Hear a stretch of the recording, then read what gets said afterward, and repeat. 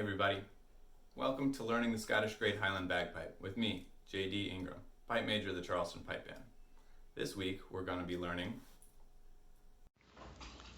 Lesson 28, Memorizing Music. Your goal is to memorize all of the music you've learned so far. Your homework is to make sure that all of the music you've learned so far is memorized. All right. The first thing to think about when mastering the memorization of music is the idea that traditional Celtic music is pretty predictable.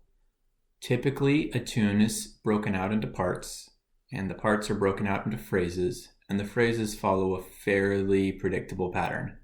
The vast majority of them will be a theme phrase, an answer phrase, the same theme phrase, and then a resolution phrase. The resolution phrase is typically consistent throughout the whole tune, and sometimes even the answer phrases or theme phrases are repeated within the tune.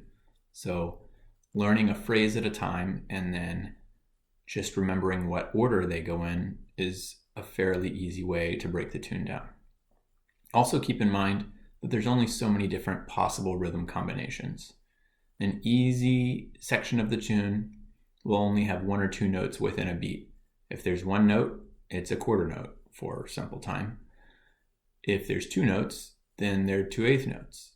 They're either dot cut, cut dot, or even. There's only 4 possible combinations in an easy beat. With more complex rhythms, there's going to be 3 or 4 notes within the beat.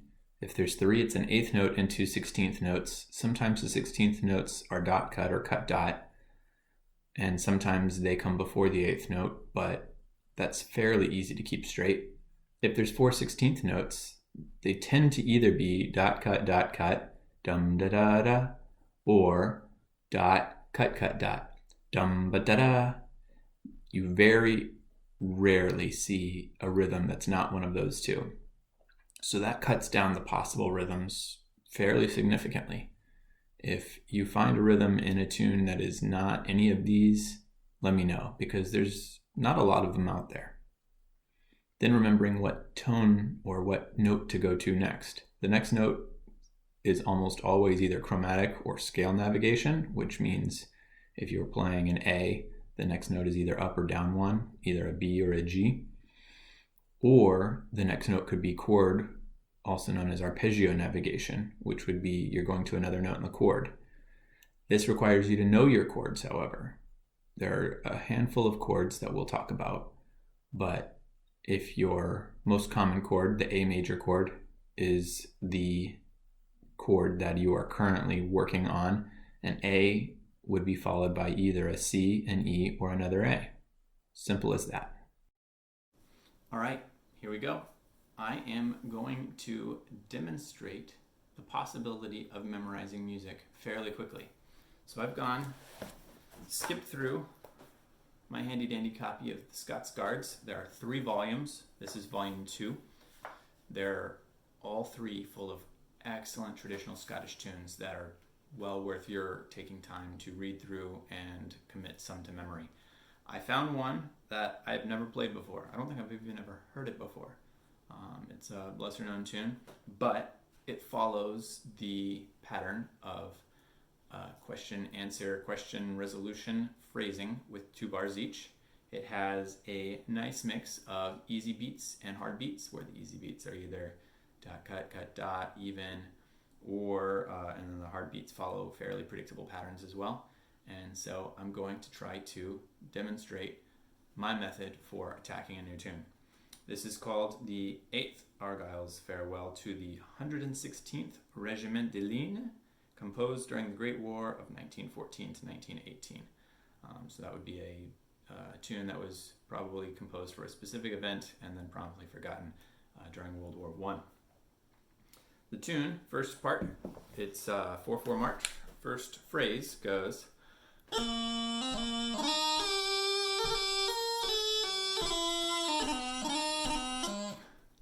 So there's a phrase, we can tackle that.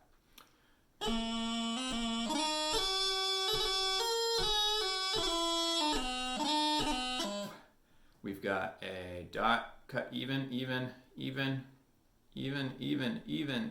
dot, cut, even, even, even, even. And some things that we can identify within it. The last beat is, there's that tarragon that we practiced back with the Tackums lesson.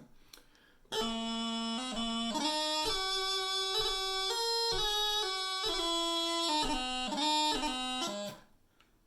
going to try to test myself.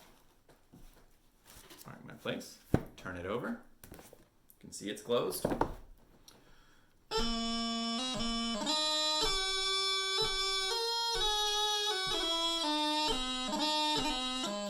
Alright, I'm pretty sure I got all the notes right. I might have missed a rhythm.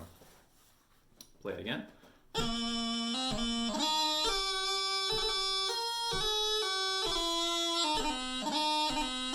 Pretty close. You'll have to play the video back and check me. I'll do it one more time with the music open.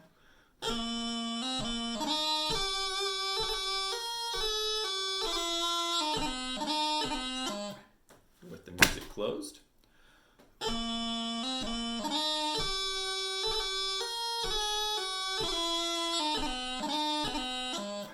I'm pretty sure I got that. Next phrase.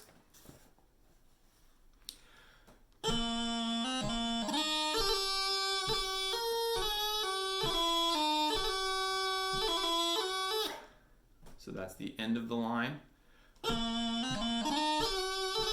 That's same so far. That's the new bit to signify that we're answering the question and we're about to come back around. And then we've got this quick 3-beat, a difficult part, which is an 8th note, dotted 16th, cut 16th, or 32nd, to go back around to the beginning of the next line. I'm going to try it one more time with the music open.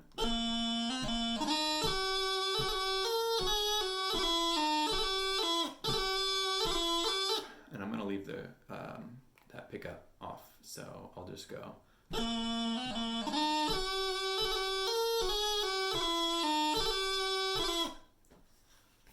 Music closed.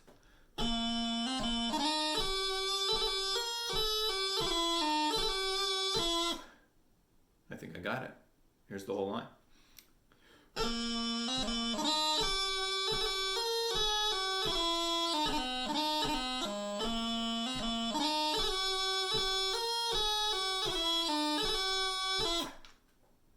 Music closed. I've never seen this music before. We've been recording for 4 minutes and 40 seconds at this point, and I've got a line of music memorized. Next line goes.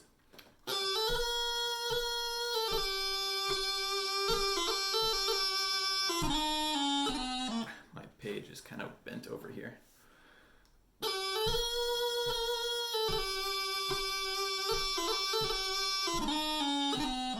So that's a little different. It doesn't follow the A-B-A format. It kind of follows an A prime, B.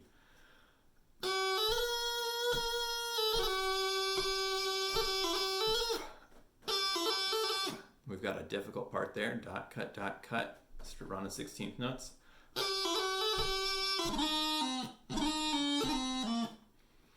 One more time with the music open.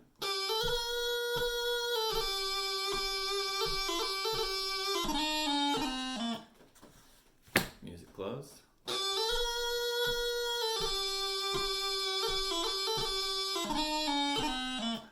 Pretty sure I got that close. I might have missed a grace note. And then the ending phrase.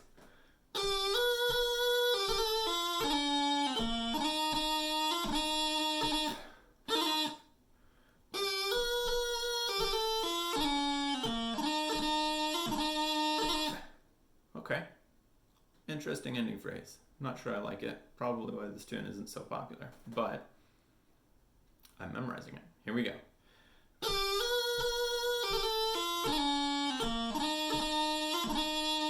So the tune motif, it ends on D, and it's got a lot of D's, F's, and A's in it. So probably the tune is in the key of D, which helps me with my note picking.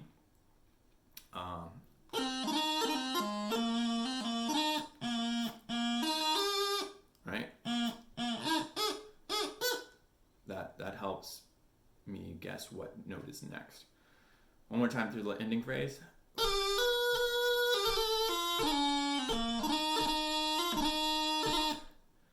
I'll try the whole second line here with it open.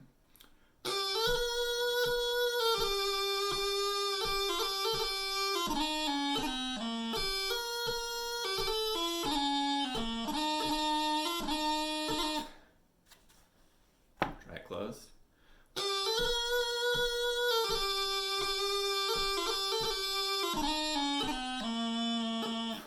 Ooh, that ending phrase is not ready yet. I'm going to try the ending phrase.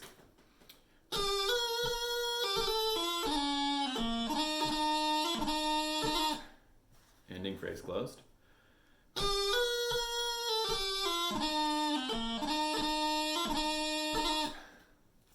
That might not have been right. Open again.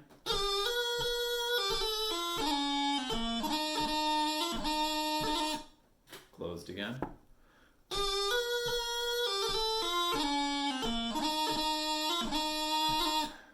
Something like that. Whole line.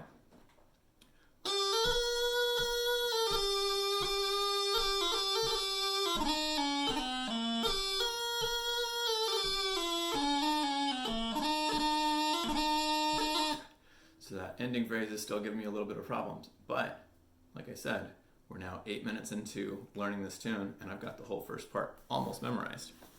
Whole first part, music open.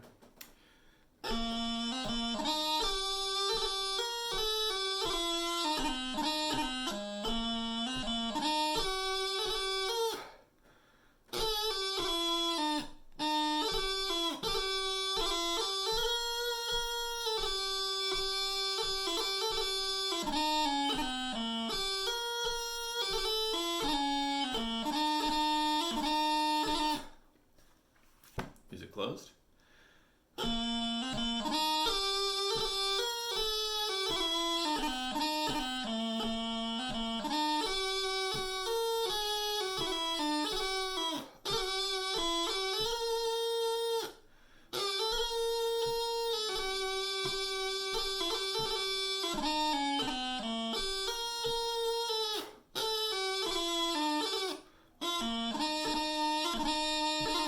Alright, so some obvious problems with the memorization, but not bad for only having known this tune for 9 minutes and never having heard it in my life ahead of this.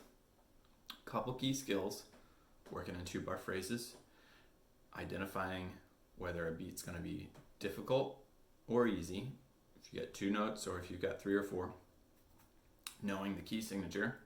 I'm mostly focusing on that A or that D arpeggio. And then I know in a couple spots it departs from that, where we're in I guess that would be a C or a G arpeggio. And then we've got the testing yourself, playing it open, playing it closed, playing it open, playing it closed. That commits it to memory so much faster. So, let's move on. The next thing to think about when mastering the memorization of music is to not let the music on the paper be a crutch. Traditional music is a lot like jazz in that it should flow from the soul. In order to get rid of the sheet music in front of you and stop playing it by reading it, you need to test yourself. Get rid of the paper and just try to play it. An easy way to transition quickly is get the music, play it, turn the paper over, play it again, turn the paper back over, play it again, and go through that cycle. Playing it with the music will get you that accuracy of the right notes and the right embellishments, and then turning it over and trying to repeat it immediately afterwards starts putting it into your memory. Hopefully, this gets you quickly off of the sheet music. Another tip would be using audible cues to get you through. Play it with the music and record yourself. Then get rid of the music and try to play along with the recording. Those audible cues get you through the tune much quicker. Also, visual cues. Try to play with video recordings or with live pipers where you're watching their fingers, and so you have the audio and visual cues without having to have the paper in front of you. One more item on testing yourself, playing it with a recording. So I just recorded myself playing that tune we were just learning, that 8th Argyle's Farewell to Whoever in France, and I am going to close the book and play the recording back with myself and see if I can play along with myself. Here we go. And it's always helpful to record yourself saying 1, 2, ready, go. So here's the recording. 1, 2, ready, play.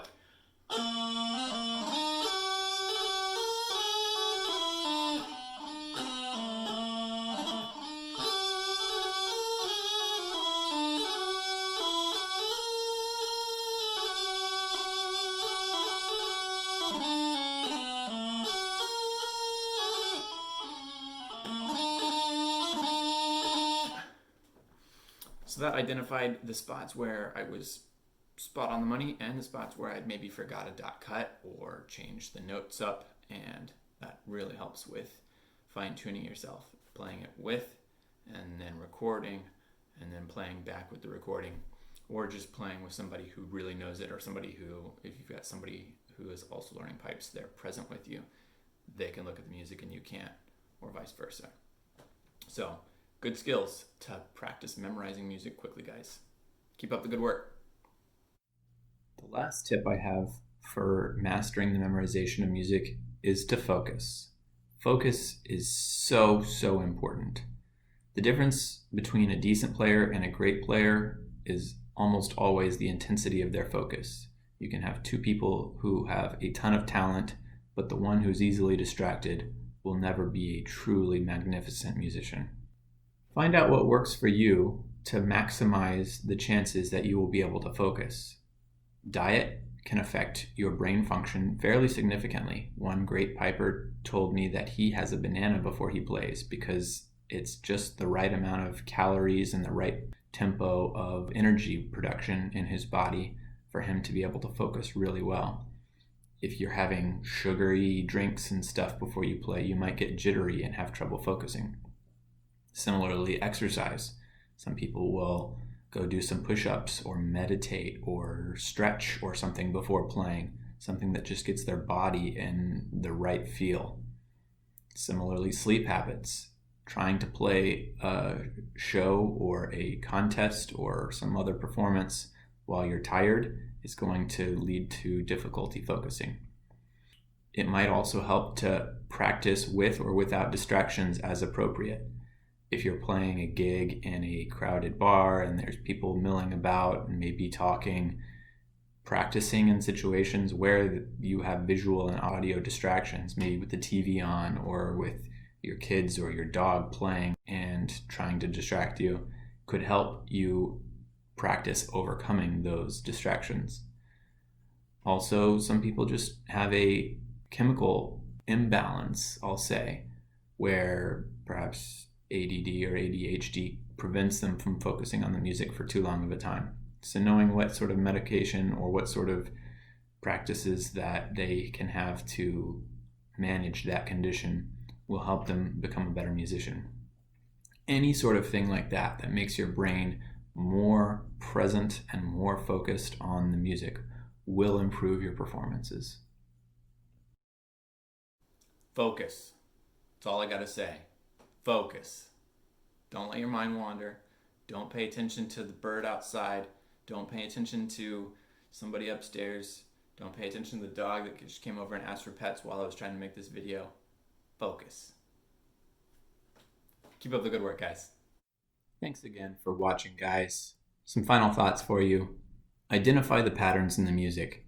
Being able to think about a tune as A, B, A, C instead of note, note, note, note, note, note, note, note, note, note, note, note, note is so much easier. Make sure to use that sheet music just to learn. Don't let it be a crutch that you're having to look at forever, because bagpipers traditionally learned only by ear, and you're not going to see a bagpiper playing with sheet music in any sort of professional setting. Listen to bagpipe music. Getting tunes stuck in your head is a great way to commit them to memory. And of course, focus. Focus, focus, focus. Keep up the good work, guys.